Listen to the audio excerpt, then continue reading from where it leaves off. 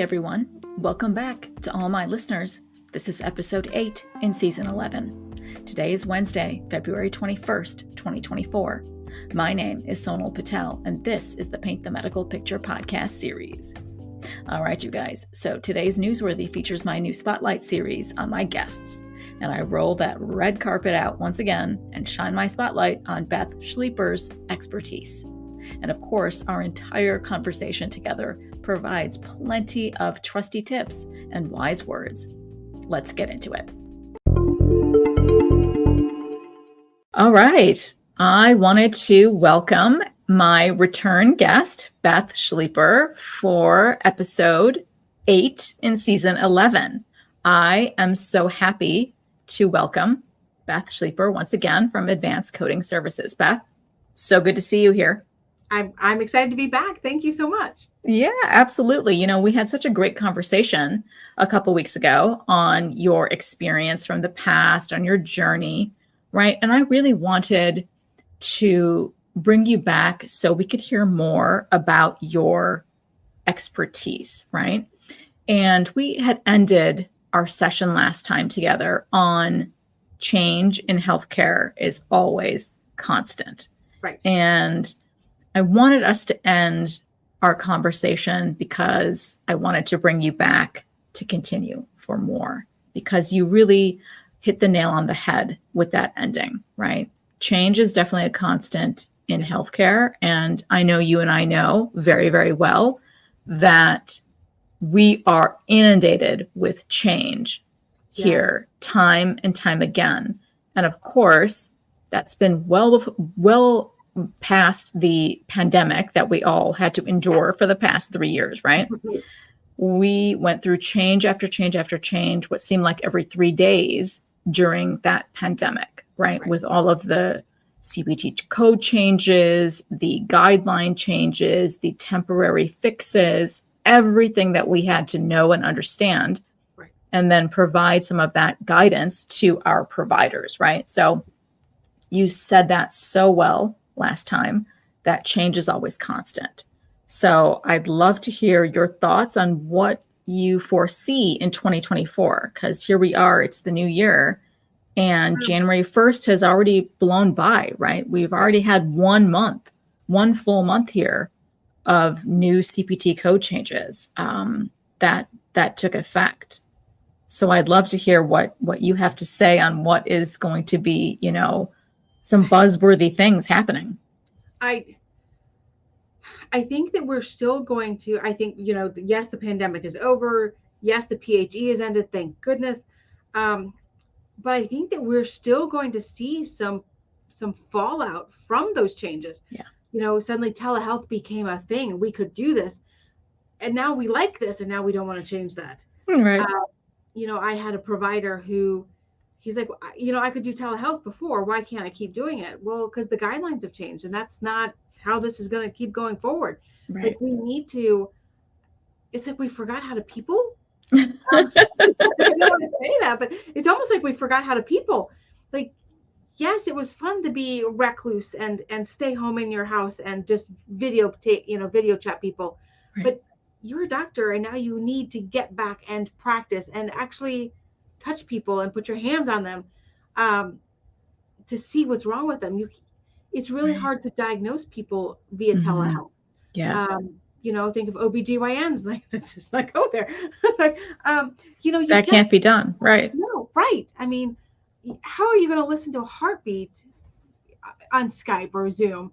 And so there's some pushback from the providers, but also the patients. Well, I used to be able to just do this on my phone. Why can't that continue?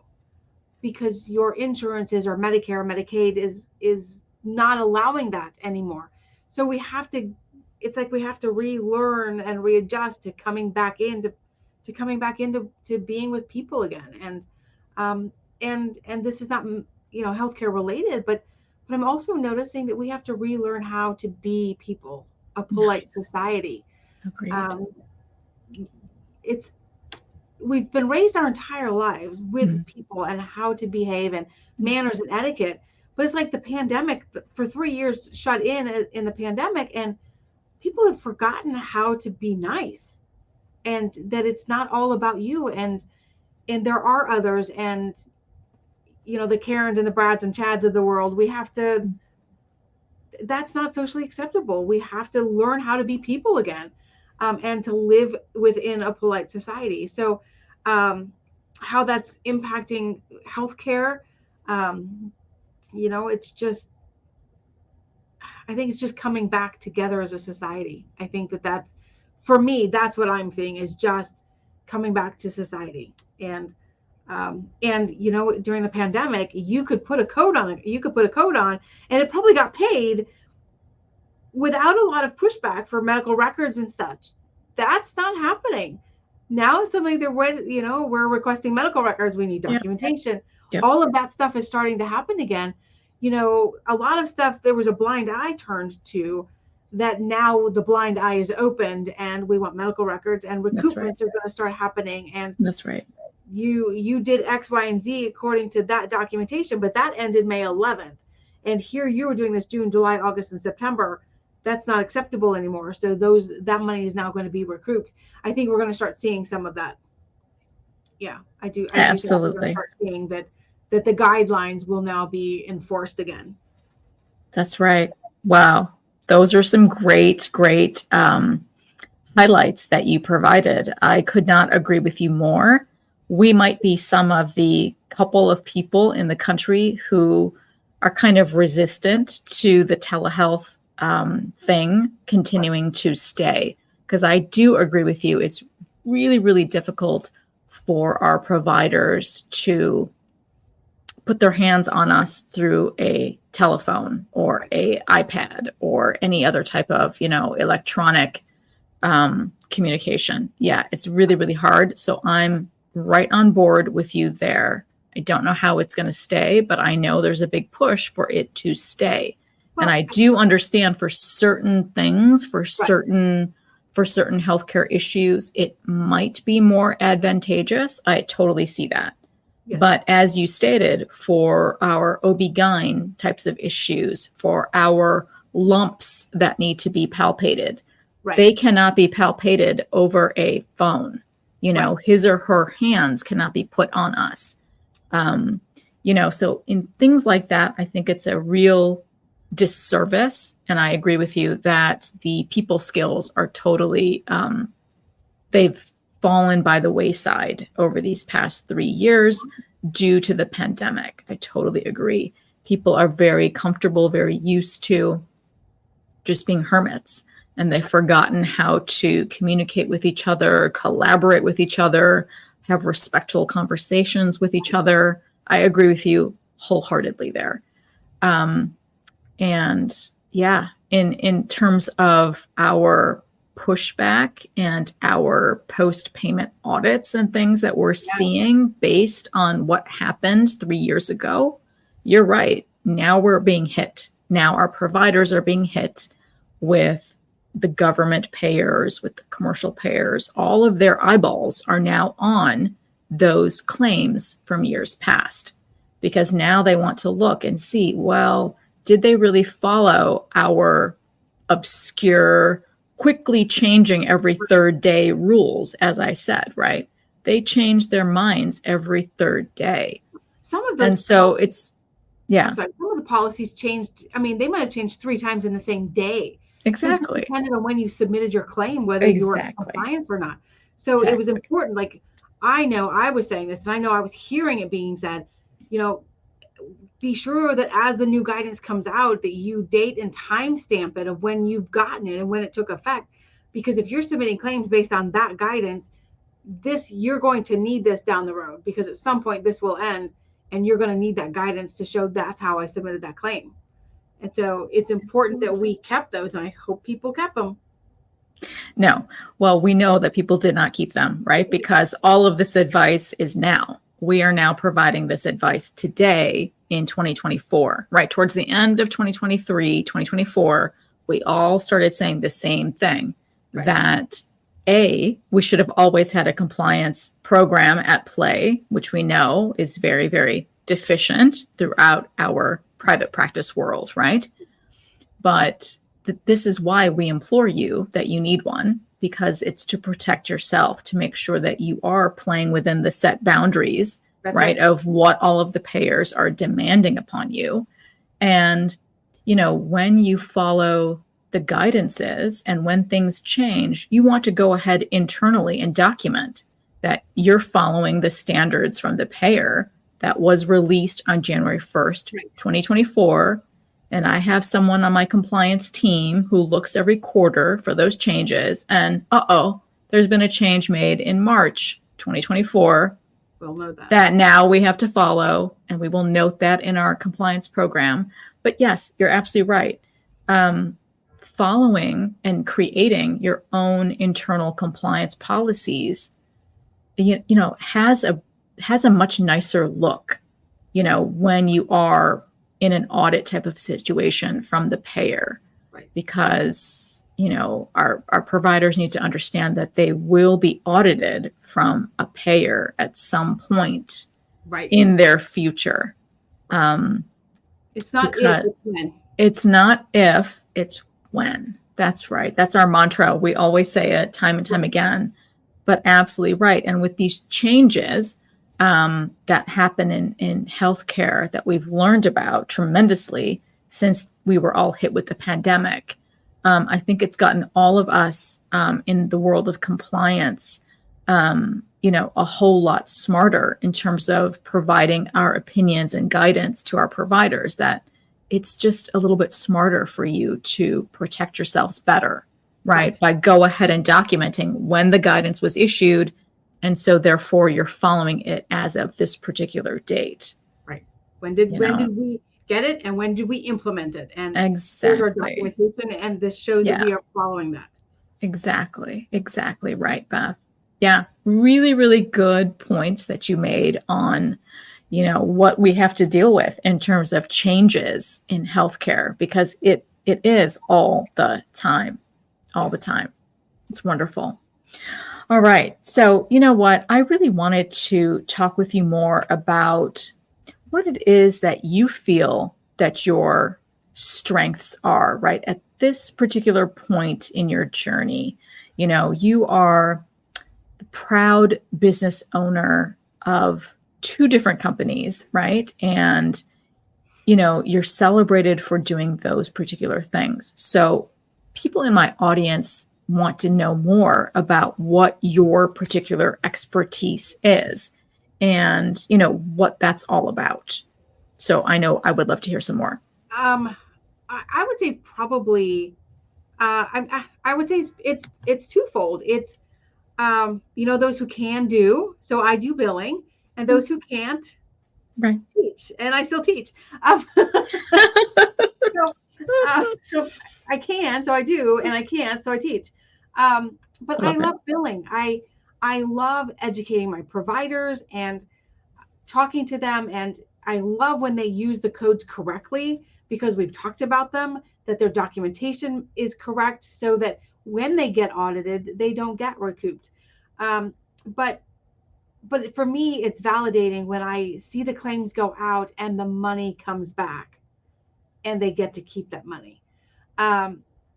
So I love billing. I love the whole revenue cycle. I love the chasing the dollar, which sounds kind of funny, but I know that I'm working really hard for my friends, because I make those clients my friends, my family. I'm working really hard to get them paid.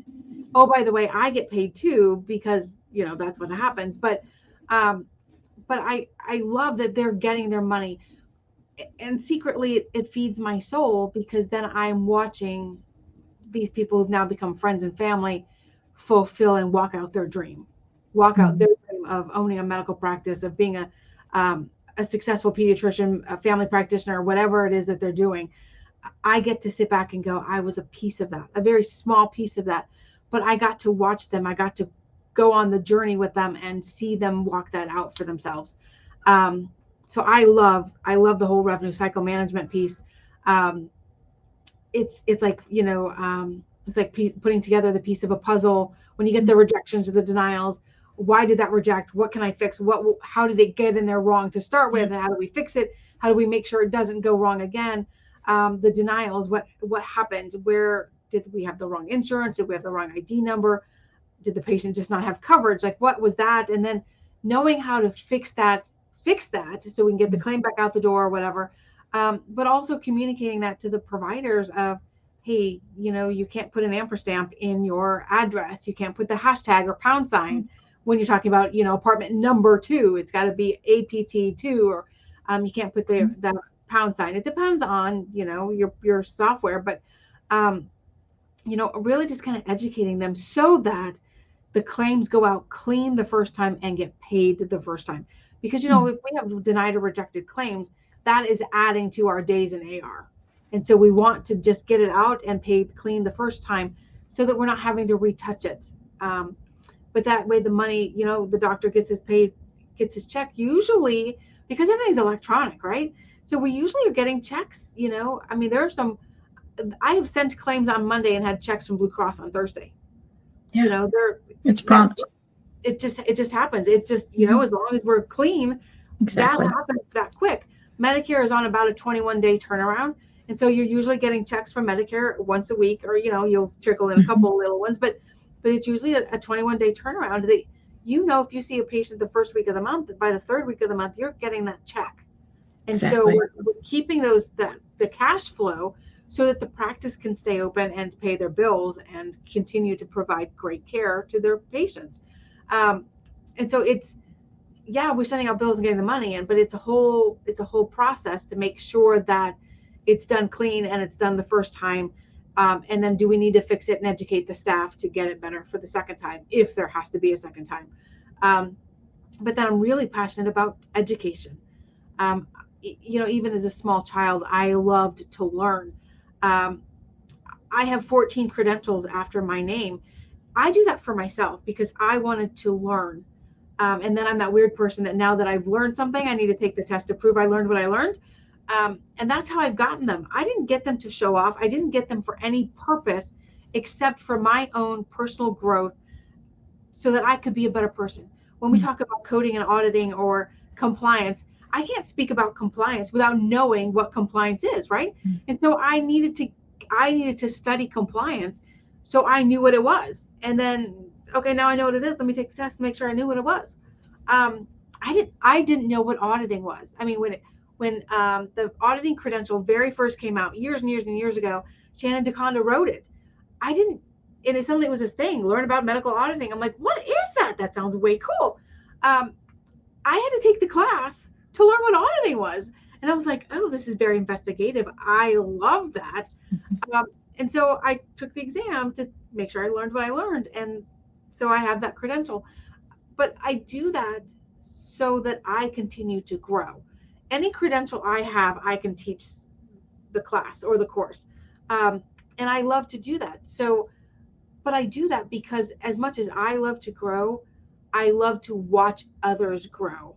And that as the educator, when I'm teaching a student and suddenly they get the concept and their eyes light up and it's that aha moment, that's what you do it for.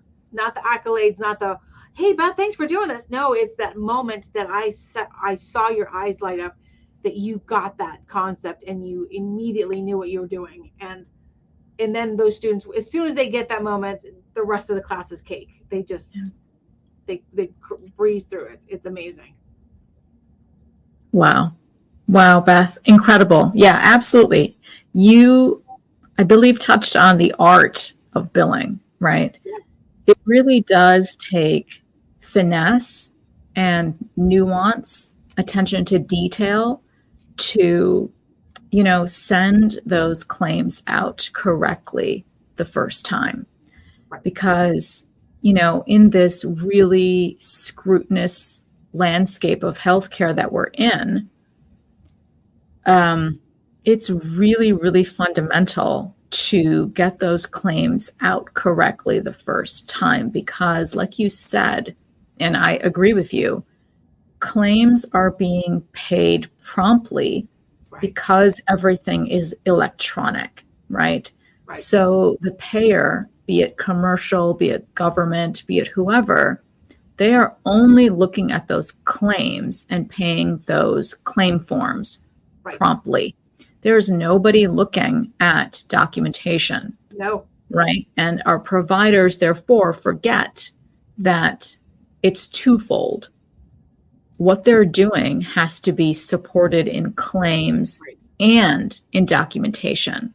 Right. Because in today's highly scrutinous, litigious landscape, when they come back, like we said today, when they come back to audit you, they're going to ask for records.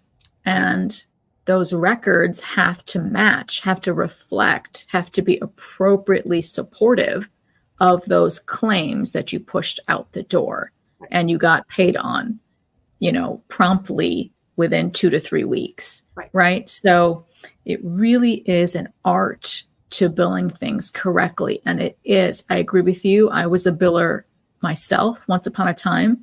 It's incredibly complex to know the bells and whistles of how to do that correctly, because you don't just have to do it for one Medicare MAC. You might have to do it for a payer matrix that includes multiple MACs as well as multiple commercial insurance policies.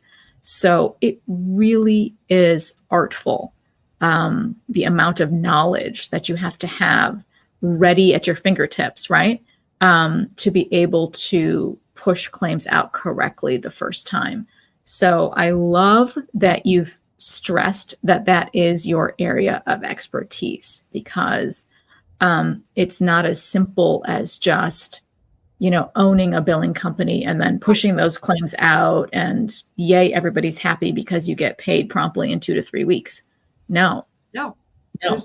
There's way more to There's that. way more to that. Exactly right. So I loved hearing about that as your expertise, because there's so much more involved, and the really good, solid, staying companies that have lasted the test of time, right, are the ones that do things correctly.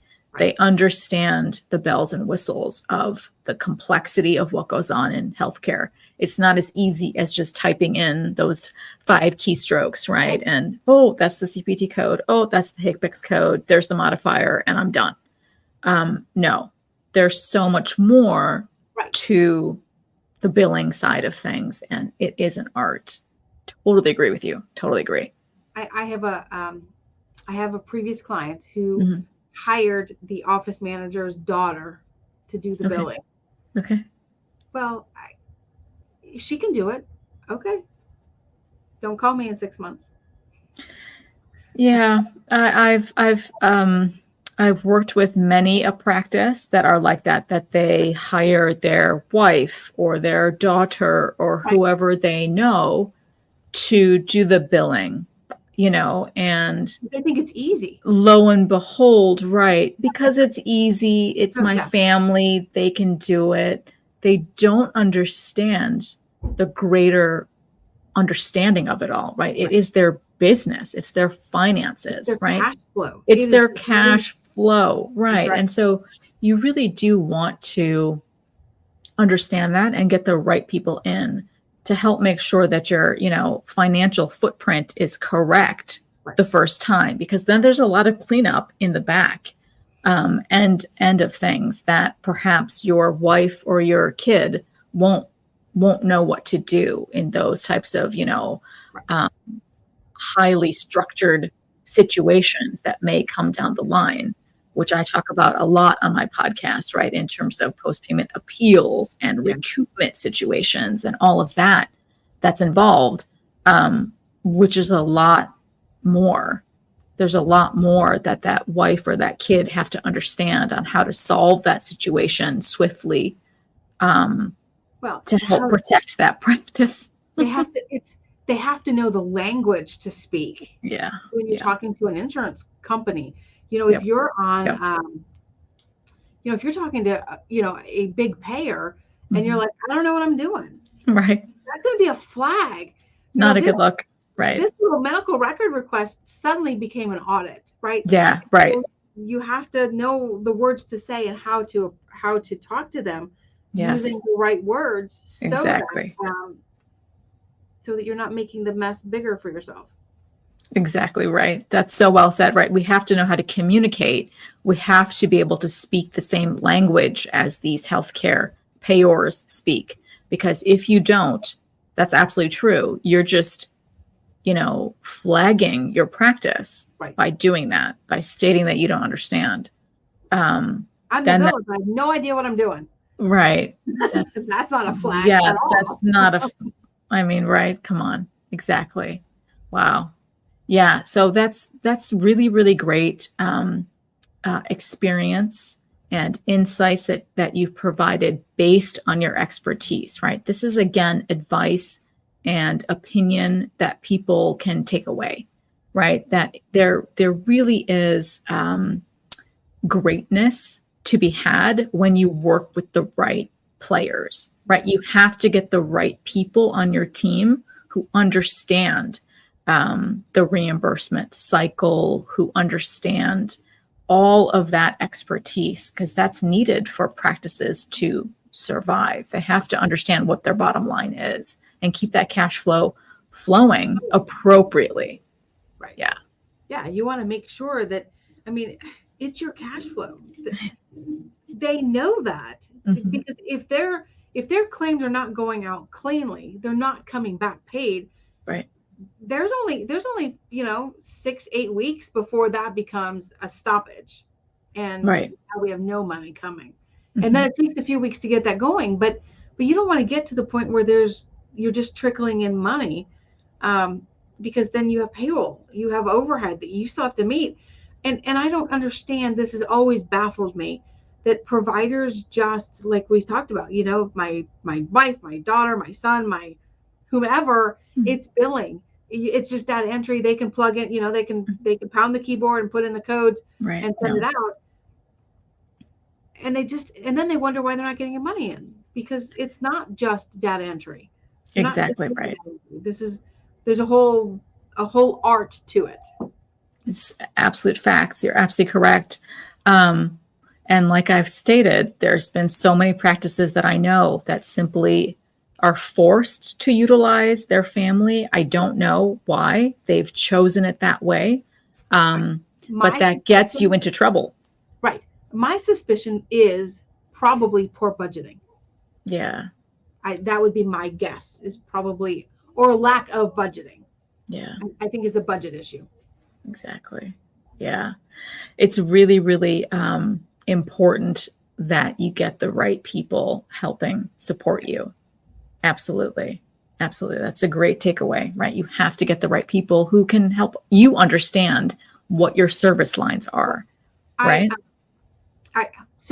I equate this. I started a project a handful of years ago, and I felt like I had the right bus. I had the right vehicle. This was the right product. It was the right bus, but I had to filter people in and out until I had the right people on my bus. Right. Yeah. Right. And so they might have a great practice, but until you filter the people in and out to make sure you have the key people in the right positions, you have to just make sure you filter them in and out until you have the right people on your bus, so that you and your bus can then go forward. And so it's making sure you have the right people on the bus. Exactly. That's well said. Well said, my friend. All right. Well, as we wrap up today's conversation with you on your expertise, I wanted to invite you back next time to continue our conversations, on what your company Advanced Coding Services does. I know you do much more than you already do, but you do provide these amazing things called retreats, which I know I wanted to bring you back on next time so you can help the audience understand what those are. And if you do provide any education services or consulting types of services at these retreats and things like that. So that's just a teaser for some of what we'll talk about next time. But I really, really appreciate you coming on today and talking to the audience more about your expertise and your strengths in this crazy, crazy world of healthcare, right? Which is forever changing. So always changing. Yes. Well, I appreciate you having me. Thank you so much. I am so honored that I got to be on your show. Thank you so much.